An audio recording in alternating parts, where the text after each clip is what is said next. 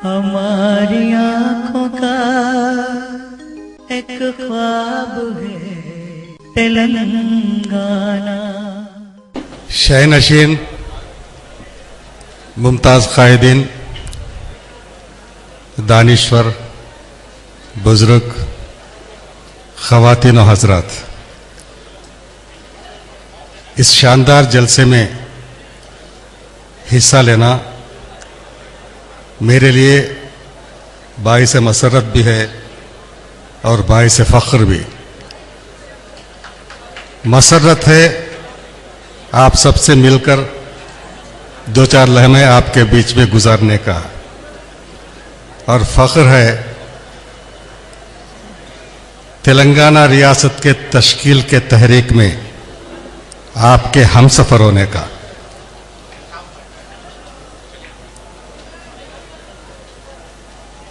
इससे पहले मुखर्रिरीन कई चीज़ों के बारे में जिक्र किए, मैं सिर्फ एक दो चीज़ों के बारे में जिक्र करके मैं अपना तकरीर ख़त्म करने की कोशिश करूँगा। मुत्तहिदा रियासत में गुज़िश्ता 53 साल में पूरा इलाका पसमानदा हो गया, पूरे लोग पिस गए। हर एक तबका, हर एक शख्स पिस गया, और उसमें ज्यादा पिस गया है इस इलाके का मुसलमान, उसमें कोई शक नहीं है। मैं ये बात किसी किताब में पढ़कर नहीं कह रहा हूं या किसी के ज़बानी सुनकर नहीं कह रहा हूं, मैं एक जीता जागता गवाह हूं इन तमाम डेवलपमेंट्स का। मैं आसफ जाही दौर देख चुका हूं, बरतानवी हुकूमत देख चुका हूं, आज़ादी के बाद रियासत हैदराबाद की हुकूमत देख चुका हूं, और आंध्र प्रदेश हुकूमत में देख रहा हूं। तेलंगाना तो देख के रहेंगे। वही तो कोशिश है हम सबकी, वही है हम सबका मंजिल मकसूद। इसीलिए मैं फिर एक बार अर्ज ये करना चाहता हूं कि इस जिद्दोजहद में, इस सफर में हिंदू मुसलमान हम सफर हो गए, मिलके आगे बढ़ेंगे। यहां कई जदवलें लगी हुई हैं, हमारे साथ क्या क्या नाइंसाफियां हैं उन सबका जिक्र है। पानी लूट लिए, पैसा लूट लिए, रोजगार के मौके लूट लिए। एक तरफ लूट है तो दूसरी तरफ हमला है हमारी मईशत पर, हमारी सियासत पर, और हमारे तहजीब और तमद्दुन पर हमला हो रहा है। जबान का जिक्र आया था, जबान का जिक्र मैं भी इसलिए करना चाहता हूं कि तेलंगाना के तहजीब और तमद्दुन को एक खास शिनाख्त है। हिंदुस्तान के मिली जुली तहजीब का, मखलूक तमद्दुन का, हमालिसानी रिवायात का हैदराबाद और तेलंगाना हमेशा ही अलंबरदार रहा। मुत्तहिदा रियासत में मिल जाने के बाद हमारी शिनाख्त मिटाई जा रही है, खासकर जबान के बारे में हमारी तौहीन की जा रही है। मैं अक्सर जहां कहीं भी तेलुगु में बात करता हूं, एक चीज का जिक्र करता हूं, शायद मुझे आज पहली बार मौका मिला कि मुसलमान भाइयों से मुखातिब करूं। उर्दू जबान का क्या हाल हुआ मैं आपसे कहने की जरूरत नहीं है, तेलुगु का भी क्या हाल हुआ। मेरे पीढ़ी के लोग जो तेलुगु बात करते हैं, जिनकी तालीम और तरबियत इब्तिदा में उर्दू में हुई, हमारी जबान में तेलुगु के साथ उर्दू अल्फाज भी मिल जाते हैं। तो 1968-69 में जब तेलंगाना की तहरीक चल रही थी, उस वक्त आंध्रा के एक बहुत मुमताज शायर ने कहा कि अगर अलहदा रियासत तेलंगाना बन जाए तो जनूबी पाकिस्तान बन जाएगा। हमारी समझ में नहीं आई बात, ये क्या बकवास है। जाके पूछे उनसे, क्या शिकायत है आपको, क्या मसला है आपका। वो कहते थे कि तेलंगाना का तेलुगु मुसलमानी उर्दू बन जाएगा। मैं बोला ये क्या बकवास है। उनके ख्याल से अगर उर्दू अल्फाज तेलुगु में मिल जाते हैं तो यह जबान मुसलमानी जबान बन जाएगा। तो मैं उनसे पूछा, जनाब अगर आप समझते हैं कि उर्दू मुसलमान की जबान है तो क्या अंग्रेजी ईसाई की जबान है। मैं हिंदुस्तानी हूं, हिंदू हूं, फिर मेरी कौन सी जबान है। उनका जवाब यह था कि हिंदुस्तान में जितने भी जबान बोले जाते हैं, समझे जाते हैं, वो तब आपके जबान है। तो मैं बोला, जनाब उर्दू भी हिंदुस्तान की जबान है, हिंदुस्तान में पैदा हुई, हिंदुस्तान में पली, हिंदुस्तान की दीगर जबानों से मुतासिर हुई है, तमाम जबानों को मुतासिर करते हुए सिर्फ हिंदुस्तान की जबान मेरी जबान है, अपनी जबान है। दूसरी चीज कहा कि क्या जनाब जबान का भी कोई मजहब होता है क्या। जबान को मजहब की जरूरत नहीं है, मजहब को जबान की जरूरत है।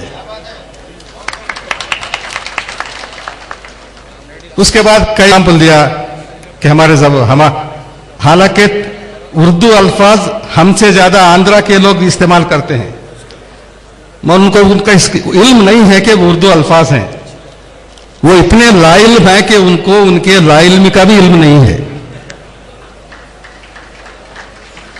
तो उनसे कहा, उर्दू मेरी जबान है, अपनी जबान है। कुछ शेर याद आया था, शायद मैं सही तौर पे नहीं पढ़ सक रहा हूं। किसी ने कहा कि ऐ उर्दू तू हिंदुस्तान की चाहती जबान है, किसने बेखुसूर तुझे मुसलमान बनाया। तो ये बकवास हम अक्सर सुनते हैं, मैं आपके नजर में लाने की कोशिश किया। मैं तेलंगाना रियासत के तश्कील के बारे में काफी बहसों मुबाहिसा चल रहा है। मैं उन चीजों में, तमाम चीजों में जाना नहीं चाहता। एक दलील की तरफ आपके नजर को ले जाने की कोशिश करूंगा। वो शहर हैदराबाद के बारे में कुछ दलाइल पेश हो रहे हैं, उसमें आपको मैं ज्यादा बोलने की जरूरत नहीं है। इसके पीछे 5 सदियों की तारीख है। इसके तरक्की में तेलंगाना के और साबिक हैदराबाद रियासत के कोने कोने में रहने वाले हिंदू, मुसलमान, ईसाई सब लोग खून पसीना जज्ब हो चुका है। तो आंध्रा वाले कहते हैं कि हैदराबाद को जो है हम आने के बाद डेवलप किए। उससे पहले क्या हैदराबाद जंगल था। एक वजीर, रियासत आंध्र प्रदेश के एक वजीर हाल में एक बात बोल क्या वो कहते हैं कि हम आने से पहले आपके पास क्या था। शहर हैदराबाद चिमगादड़ लेने के भी काबिल नहीं था। एक वजीर, इस रियासत के वजीर कहते हैं। मुझे ऐसा एक कारकुन पूछा उनसे, जनाब ठीक है 1956 से पहले हमारे पास न चिमगादड़ थे न चील थे, वो सब आपके साथ आए। ये इसलिए अर्ज कर रहा हूं कि हमारी तौहीन किस तरह की जा रही है। एक दलील है हैदराबाद को यूनियन टेरिटरी बनाने का या मुश्तरका कैपिटल बनाने का। यहां पे सवाल यह है कि एक रियासत के कैपिटल सिटी को किसके लिए बनाते हैं, क्यों बनाते हैं। कैपिटल सिटी अवाम के सहूलत के लिए है या सियासी कायदीन के ऐश और आराम के लिए है या सरमायाकार और ताजरों के मफाद के लिए है, किन के लिए है। अगर अवाम की सहूलत आप अहम समझते हैं तो अगर हैदराबाद को 2 रियासतों का कैपिटल सिटी बनाए तो आंध्रा से आने वाला एक आम आदमी 2 रियासत पार करके तीसरे रियासत में आना पड़ता उसके कैपिटल सिटी को आने के लिए। क्यों उसको तकलीफ। सियासी कायदीन के आयशो आराम कहीं भी चलते हैं। अब रहे ताजर, क्या शहर और कैपिटल सिटी सिर्फ ताजरों के लिए है? सिर्फ रियल एस्टेट ब्रोकर्स के लिए है? सिर्फ कारपोरेट शार्क्स के लिए? किन के लिए है? इस सिलसिले में एक तारीखी वाकया आपके नजर में लाना चाहता हूं मैं। यही मसला 1960 में जब महाराष्ट्र और गुजरात अलग हो गए थे, 1960 से पहले महाराष्ट्र और Gujarat Bombay state, bilingual Bombay state के हिस्से थे। गुजरात और महाराष्ट्र अलग होना पड़ा। उस वक्त गुजरात के ताजिर जो शहर बम्बई में तिजारत करके जीते थे, उनका दलील था कि बम्बई शहर को हमने डेवलप किया, इसलिए इस पर हमारा हक है, इसलिए इसको महाराष्ट्र से निकाल के सेंट्रली एडमिनिस्ट्रेटेड टेरिटरी बनाना चाहिए। तो उसका जवाब दिए डॉक्टर बाबा साहेब अंबेडकर। मेरा जवाब नहीं है, आपका नहीं है, डॉक्टर अंबेडकर का जवाब थे। वो कहे हिंदुस्तान एक आजाद मुल्क है, एक जमहूरी मुल्क है, किसी भी शहरी को मुल्क के किसी भी हिस्से में जाके बसकर तिजारत करके जीने का हक है। गुजरात के लोग आके यहां जो तिजारत कर रहे हैं, मकान खरीद लिए, किराए पे लिए, गिरवी पे रख लिए, कुछ मरम्मत किए, ठीक है। ताजर किराएदार होता है, मालिक नहीं। वही सवाल हम कर रहे हैं। अगर सरमाएदारों के खातिर, ताजरों के खातिर शहर हैदराबाद को तेलंगाना से अलग करना चाहते हैं, तो हम यही कहते हैं कि तिजारत करने वाला कर सकता है, जी सकता है, वो हम पे हुकूमत नहीं कर सकता। वो ताजिर है, किराएदार है, मालिक नहीं। ऐसे कई दलाइल हैं, शायद अनकरीब एक इस पे कुछ लिटरेचर भी आएगा।